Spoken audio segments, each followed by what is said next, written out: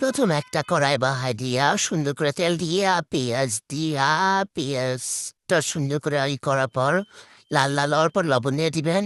যখন দেখবেন পেঁয়াজটা এরকম বাদামি কালার হয়ে এসে আদা রসুন বাটা দিয়ে দিবেন, দিয়ে একটু ভালো করে নাড়াচাড়া দিয়ে কষায় নেবেন আদার গন্ধটা চলে যাওয়ার জন্য। তারপর একটু হলুদ দিবেন, হলুদটা দিয়ে আবার নাড়াচাড়া দিবেন। নাড়াচাড়া দেওয়ার পর এটাতে একটুখানি পানি দিবেন, পানি দিয়ে একটু নাড়াচাড়া করবেন। তারপরে সব ধরনের মশলা, হলুদ দিয়ে দিছি আগে, মরিচের গুঁড়া, ধনিয়ার গুঁড়া, জিরার গুঁড়া, বিরিয়ানি মশলা দিয়ে দিচ্ছি। আমি আবার বিরিয়ানি মশলাটা একটু ব্যবহার করি মাংস রান্না করতে গেলে।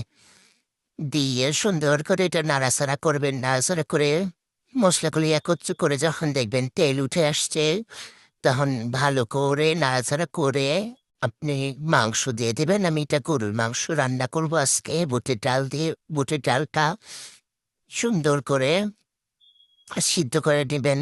তারপর এটাকে মাংসটাকে ভালো করে কষাবেন, কষাতে থাকবেন ভালো করে। কষাতে কষাতে যখন দেখবেন মাংসটা মোটামুটি কষানো হয়ে আসছে, কয়েকটা কাঁচামরিচ দিয়ে দিবেন। দিয়ে দেওয়ার পর পরে দিয়ে দিবেন এই যে সিদ্ধ করা বুটের ডালটা। হুম, এটা ঢাইলে দিবেন। ঢাইলে দেওয়ার পর মাংস তো কষানো হয়ে গেছে, এখন আমি পানি দিয়ে দিব। ভালো থাকবেন, আল্লাহ হাফেজ।